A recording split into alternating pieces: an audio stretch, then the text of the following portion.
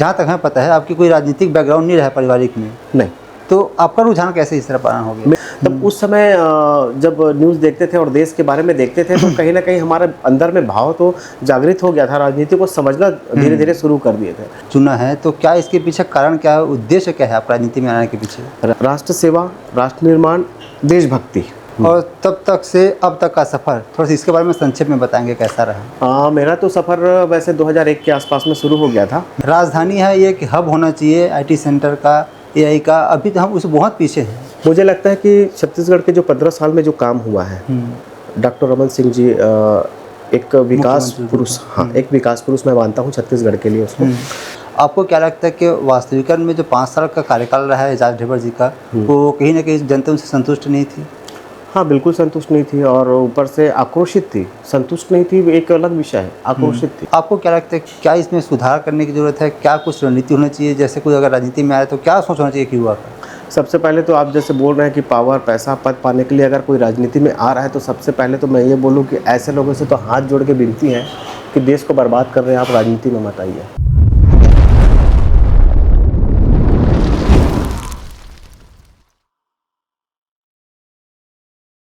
नमस्कार, TNR news का खास कार्यक्रम आज की राजनीति देख रहे हैं आप, और मैं हूं आपके साथ रुपेश ठाकुर।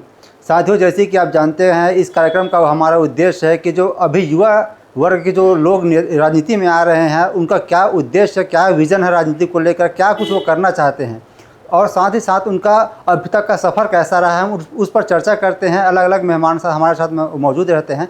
आज हमारे साथ मेहमान है भारतीय जनता पार्टी की ओर से एक युवा नेता ओम प्रकाश साहू जी। आपका बहुत बहुत स्वागत है। चर्चा में आगे बढ़ेंगे सर, उससे पहले हम जानना चाहते हैं कौन है ओम प्रकाश साहू जी? आपका राजनीति की ओर झुकाव कैसे हुआ? मेरा राजनीतिक झुकाव तो छात्र जीवन से ही हो गया था। हम लोग 11th 12th 11वीं 12वीं के आसपास में थे।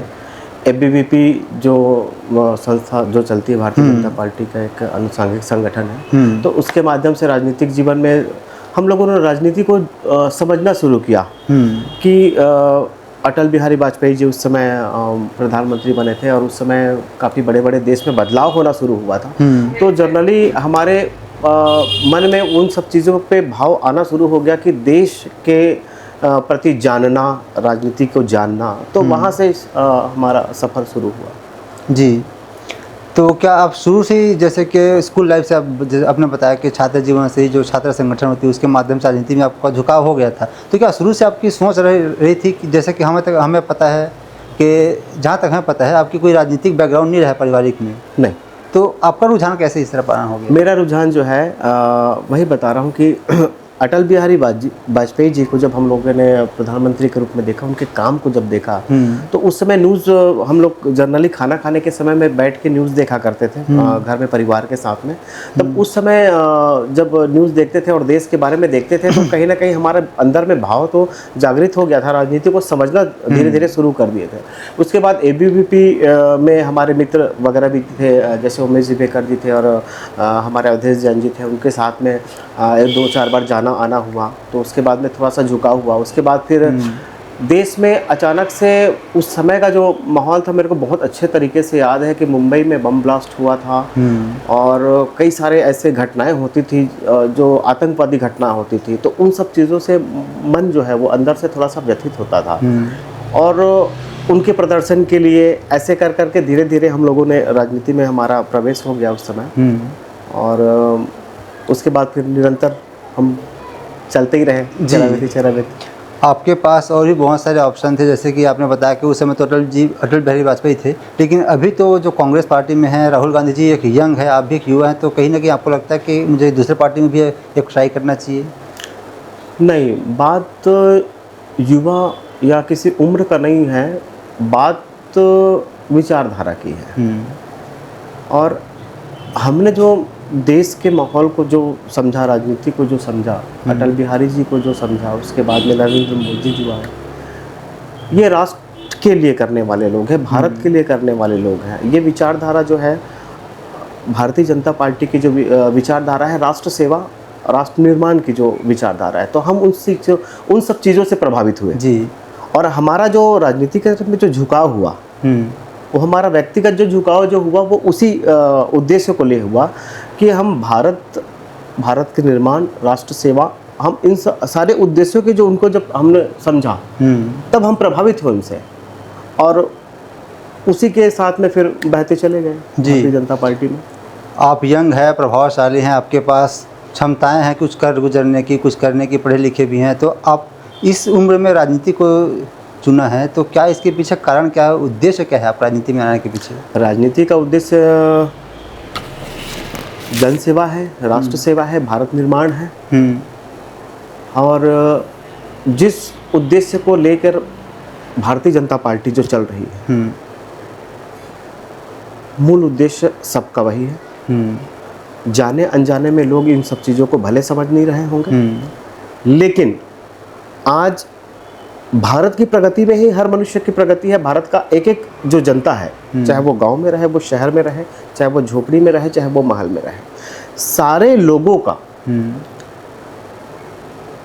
अगर प्रभावित अगर कहीं भी चीज़ों से होंगे, वो राजनीति से भी होगी। देश की जो सत्ता है वो किसके बागडोर पे है, वो कैसे लोग हैं, वो कैसी शक्तियां हैं, तो वो जो शक्ति है, जो देश का निर्धारण कर रही है, जो देश को जो चला रही है, तो ऐसी शक्तियां कौन लोग हैं? जब तक उन सब चीज़ों को आज का युवा नहीं समझेगा, तब तक मेरे ख्याल से स्वस्थ राजनीति की ओर हम नहीं बढ़ पाएंगे, ऐसा मुझे लगता है। तो मेरा जो मैं जिस बात से प्रभावित हुआ, राष्ट्र सेवा, राष्ट्र निर्माण, देशभक्ति, और वही निरंतर हम लोग आज भी देखते हुए आ रहे हैं। पार्टी की विचारधारा से जुड़े हैं, तो आज भी उसी चीज़ों को हम महसूस कर रहे हैं, और गर्वान्वित भी महसूस करते हैं जब हमारे देश में जब बड़े बड़े कानून में आप बदलाव हो रहा है, या बड़े बड़े कानून जब बन रहे हैं जो भारत के लिए ज़रूरी था, भारत के लिए ज़रूरत था, तो हम अपने आप को गौरवान्वित भी महसूस करते हैं कि इस पार्टी के हम कार्यकर्ता हैं। आपने बहुत गहराई वाली बात कह दी सर, लेकिन हम जानना चाहते हैं कि जैसे भी आप मंडल अध्यक्ष हैं भनपुरी मंडल में, तो जो आप शुरुआत किए थे और तब तक से अब तक का सफ़र, थोड़ा सा इसके बारे में संक्षेप में बताएंगे कैसा रहा? मेरा तो सफ़र वैसे 2001 के आसपास में शुरू हो गया था, और वर्तमान में उस समय हमारे पास में वार्ड स्तर में भी गठन होते थे, वार्ड अध्यक्ष हुआ करते थे। तो उस समय युवा मोर्चा का वार्ड अध्यक्ष मैं पहली बार नियुक्त हुआ था, और उसके बाद फिर हमारा मंडल बदला, मंडल क्षेत्र बदला, और फिर युवा मोर्चा में ही फिर मंत्री का दायित्व मुझे मिला, मंडल में मंत्री का दायित्व मिला। उसके बाद फिर सामान्य कार्यकर्ता के रूप में भी काफ़ी एक कार्यकाल मैंने काम किया। उसके बाद फिर संगठन के कुछ लोगों की दृष्टि मुझ पे पड़ी, टाइम पे काम कर रहा है, सिंसियर होकर काम कर रहा है, अच्छी विचारधारा के साथ में काम कर रहा है, इन सारी चीज़ों का उन लोगों को जैसे समझ में आया, तो मंडल में मेन बॉडी में महामंत्री का दायित्व मुझे मिला 2016 के आसपास में। और महामंत्री 4 साल 5 साल के कार्यकाल में, वैसे तो 3 साल का कार्यकाल होता है, लेकिन चुनाव के सब करते करते 4-5 साल निकल जाता है। तो वो कार्यकाल मेरे जीवन में बहुत ज़्यादा महत्वपूर्ण रहा, क्योंकि महामंत्री का दायित्व जब मैंने निर्वहन किया, तो उस समय अध्यक्ष के बाद में सीधा महामंत्री जो होता है, वो जो नेतृत्व, जो कार्यप्रणाली को, जो सिस्टम को जो संचालित करता है, अध्यक्ष का काम है कार्यक्रम का रूपांतरण करना, लेकिन उसका सारा चीज़ का संचालन करा महामंत्री का। तो जब मैं महामंत्री बना, तो महामंत्री के बनने के बाद में मैंने इन सब चीज़ों को और बारीकी से देखा, संगठन को, और संगठन को जिया अपने अंदर में। और महामंत्री बनने के बाद में संगठन ने मुझे फिर से विश्वास किया, मेरे काम पर विश्वास किया, और अध्यक्ष भनपुरी मंडल का बनाया। और ऐसे समय में मैं अध्यक्ष बना जब छत्तीसगढ़ में सरकार भाजपा की चले गई थी, और शुरुआत से ही मैंने काफ़ी संघर्ष किया। सरकार जाने के बाद से, भूपेश सरकार आने के बाद में, मैं शुरुआत से ही मुखरता से उनका विरोध करना शुरू कर दिया था। कोरोना काल के समय में भी शराब भट्टी के लिए मैंने सबसे पहला आंदोलन किया था अपने मंडल में, जो प्रदेश में सबसे पहला आंदोलन था शराब भट्टी के लिए। उसमें मेरे पर FIR भी हुआ था, अभी भी FIR है। और इवन गृह मंत्री का पुतला दहन भी मेरे नेतृत्व में ही पहली बार हुआ था। खमाडी थाना में एक गरीब महिला थी, उसके ऊपर पुलिस अत्याचार हुआ था, तो उसके लिए मैंने आवाज़ उठाया था, और प्रदेश में सबसे पहले मैंने गृह मंत्री का पुतला जलवाया था अपने नेतृत्व में। वो ऑर्गेनाइज हुआ था पूरा। और उसके बाद फिर कई सारे संगठन के द्वारा जो आंदोलन, जिसमें जेल भरो आंदोलन होता था, सारा चीज़ों में किया हूँ। पट्टा वितरण के लिए भी सबसे पहला आंदोलन करने वाला मैं। आप बहुत एक्टिव रहे हैं, धरना प्रदर्शन के, प्रोटेस्ट किए हैं, जो जनता उनका हक दिलाने के लिए। सर, जैसे हम राजधानी में बैठे हैं, अभी राजधानी में एक हिस्सा है जहाँ आप वहाँ से मंडल अध्यक्ष हैं, तो आपको क्या लगता है कितना विकास हो पाया? क्योंकि अभी भी हम देखते हैं मूलभूत सुविधा के लिए हम लड़ाई लड़ रहे हैं, और उसी का बात करके चुनाव में जा रहे हैं और 5 साल उसी के लिए काम कर, क्या इससे ऊपर हम नहीं सोच सकते हैं? देखिए, अभी 1.5 साल हुए हैं सरकार को आए। 1.5 साल में विधानसभा का जो चुनाव अभी समाप्त हुआ है, उसके तुरंत बाद में आपका लोकसभा का चुनाव आया। जैसे लोकसभा का चुनाव समाप्त हुआ, उसके कुछ दिन बाद में नगरीय निकाय का प्रक्रिया शुरू हो गया। तो कुल मिला के 1.5 साल जो है, ये जो समय जो है वो पूरा चुनावी प्रक्रिया में निकल गया है। अब जो समय आया है, हम सिर्फ इसी 1.5 साल की बात नहीं कर रहे थे। जैसे कांग्रेस के पास जो 5 साल था, या फिर उससे पहले बीजेपी के पास 15 साल था, तो अभी तक हम लोग जो है मूलभूत सुविधा के ऊपर ही चुनाव लड़ रहे हैं। राजधानी है, ये एक हब होना चाहिए IT सेंटर का, AI का, अभी तो हम उससे बहुत पीछे हैं। मुझे लगता है कि छत्तीसगढ़ के जो 15 साल में जो काम हुआ है, डॉक्टर रमन सिंह जी एक विकास पुरुष, हाँ, एक विकास पुरुष मैं मानता हूँ छत्तीसगढ़ के लिए। उसको बैकवर्ड में गिना जाता था छत्तीसगढ़। और मेरा स्वयं का अनुभव मैं बता दूं कि मैं एक बार घूमने के लिए गोवा गया हुआ था, और 2011 की बात मैं बता रहा हूँ। 2011 में जब मैं गोवा गया हुआ था, और वहाँ पे हमारी बात वहाँ के लोकल जो लोगों से हुई, और उनसे जब मैं बताया कि आप कहाँ से हैं, मैं बोला मैं छत्तीसगढ़ से हूँ। तो छत्तीसगढ़ ठाए ठाए ठाए, मतलब उनका इशारा था नक्सली। हाँ। तो हमारा इमेज ये था, एक तो पिछड़ा राज्य जहाँ विकास नहीं था, दूसरा पूरा नक्सली राज्य। रमन सिंह जी के 15 साल के सरकार में शिक्षा के क्षेत्र में, इंफ्रास्ट्रक्चर के क्षेत्र में, रोजगार के क्षेत्र में, सारे सुख सुविधाओं के क्षेत्र में जो 15 साल में जो काम, कमाल का जो काम हुआ, छत्तीसगढ़ जो है ना पूरे भारत में पहचाना जाने लगा। हमारे साथ में और भी राज्य बने, लेकिन आप उन राज्यों से हमारे छत्तीसगढ़ की अगर तुलना करते 2018 तक, तो छत्तीसगढ़ उनमें सबसे टॉप पे था। लेकिन फिर 2018 के बाद में सरकार बदली, कांग्रेस का जो सरकार आया, जो ये 5 साल का जो गैप छत्तीसगढ़ वालों ने जो झेला, दंश झेला, ये बहुत छत्तीसगढ़ के लिए बहुत ज़्यादा दुखदायी रहा। क्योंकि इसमें सिर्फ भ्रष्टाचार हुआ, सिर्फ मुख्यमंत्री जो है वो अपना नंबर बढ़ाने के लिए, ऊपर अपने नेताओं को खुश करने के लिए उसके नीतियों के अनुसार में काम किया। छत्तीसगढ़ की भलाई के लिए कोई भी काम नहीं किया, और ज़्यादातर जो काम है वो कागज़ों में हुए, धरातल में कोई काम नहीं हुआ। तो हम बहुत पीछे गए, उसमें बहुत ज़्यादा पीछे गए। मतलब 2001 में छत्तीसगढ़ राज्य का निर्माण हुआ, मतलब वो 0 से चालू करें तो 18 साल का एक युवा छत्तीसगढ़ का अचानक से गलत संगीत में चला गया 5 साल के लिए। अब वो 5 साल में वो व्यसन करना शुरू कर दिया, गलत आदतों में चला गया। देखिए ना, महादेव ऐप सट्टा, जिस छत्तीसगढ़ को अपने आप को छत्तीसगढ़िया मुख्यमंत्री, छत्तीसगढ़ की संस्कृति के लिए बहुत सारा किया, ये वो दुनियादारी आज भी बोलते हैं मुख्यमंत्री, छत्तीसगढ़ के लोगों को उसने दिया क्या? सट्टा खेलना सिखाया। महादेव के में अभी आरोपी है वो। जी, इसकी जांच चल रही है सर। पहली बार ऐसा हुआ जो इतना रिकॉर्ड जीत के साथ बीजेपी महापौर बनाई है अपने दम पर, और 60 वार्ड में बीजेपी के इस बार पार्षद आए हैं। आपको क्या लगता है कि वास्तविकता में जो 5 साल का कार्यकाल रहा है एजाज ढेबर जी का, वो कहीं ना कहीं जनता उनसे संतुष्ट नहीं थी? हाँ, बिल्कुल संतुष्ट नहीं थी, और ऊपर से आक्रोशित थी। संतुष्ट नहीं थी एक अलग विषय है, आक्रोशित थी। जिस प्रकार से रायपुर नगर निगम में एजाज ढेबर के बनने के बाद में जिस हिसाब से असामाजिक तत्वों का जो हौसला बढ़ा था रायपुर शहर के अंदर में, जिस हिसाब से कांग्रेस की सरकार थी उस समय, और कई सारे ऐसे काम हुए हैं जो मुझे नहीं लगता कि हम जैसे जो शांति प्रिय जो लोग हैं, जो कानून के मानने वाले लोग हैं, जो धर्म के साथ चलने वाले लोग हैं, इन सब चीज़ों को लेकर हमको जो पसंद आएगा वो सारी चीज़ों लोगों ने किया।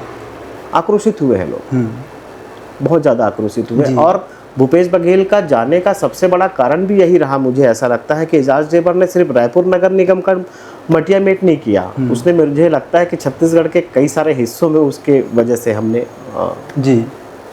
आप एक युवा हैं सर, आप राजनीति में आए, लेकिन जहाँ ज़्यादातर हम देखते हैं, चर्चा करते हैं, तो एक उन लोग का एक सोच होता है कि जल्दी से पावर पाना, सत्ता पाना और मनी पाना।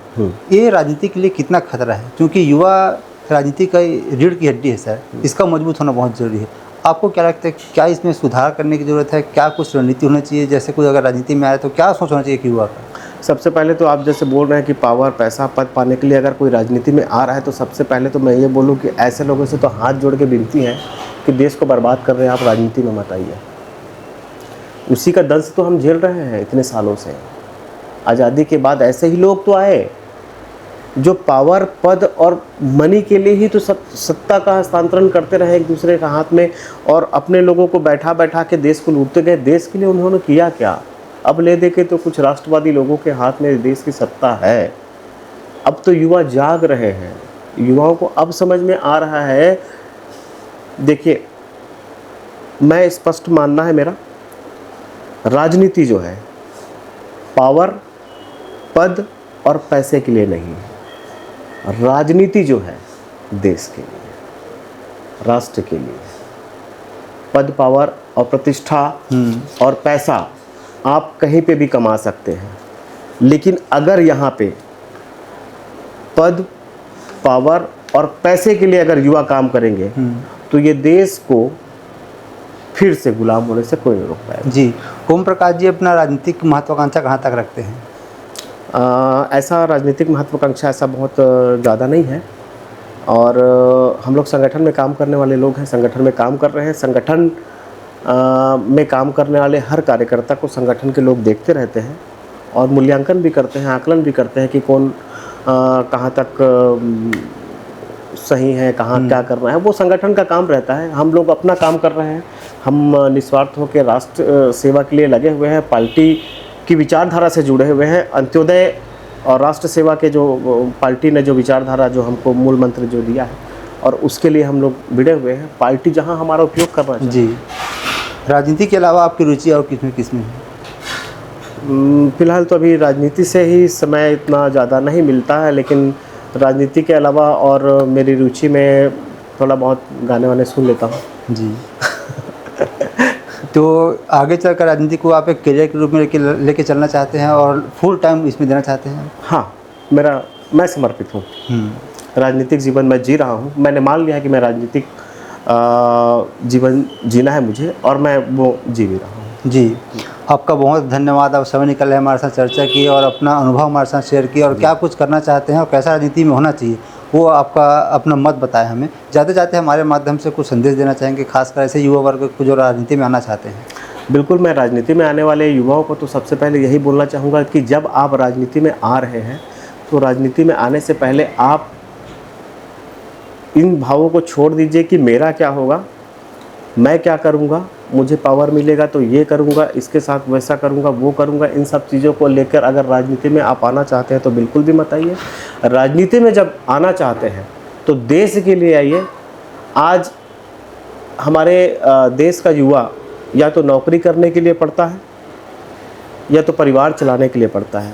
जिस दिन इस देश का युवा देश चलाने के लिए पढ़ेगा, देश चलाने के लिए जिम्मेदारी से काम करेगा, हर एक नागरिक कर्तव्य है वो करने से पहले वो ये सोचेगा कि मैं जो भी कर रहा हूँ देश के लिए कर रहा हूँ, तो शायद ये देश पुनः जल्दी ही विश्व में सबसे नंबर 1 का देश। तो आप सुन रहे थे युवा नेता ओम प्रकाश साहू जी को, जिनका कहना है कि वो समर्पित भाव से पार्टी के लिए काम कर रहे हैं, देश के लिए काम कर रहे हैं, राष्ट्र के लिए काम कर रहे हैं। जो राजनीति में युवा वर्ग आना चाहते हैं वो बहुत सावधानी से आएँ। साथियों, हम आपकी मुलाकात ऐसे ही नए चेहरे से करवाते रहेंगे। फिलहाल इस कार्यक्रम में इतना ही। अगली बार आपसे फिर होगी मुलाकात एक नए कार्यक्रम में नए मेहमान के साथ। तब तक के लिए अनुमति दीजिए। नमस्कार।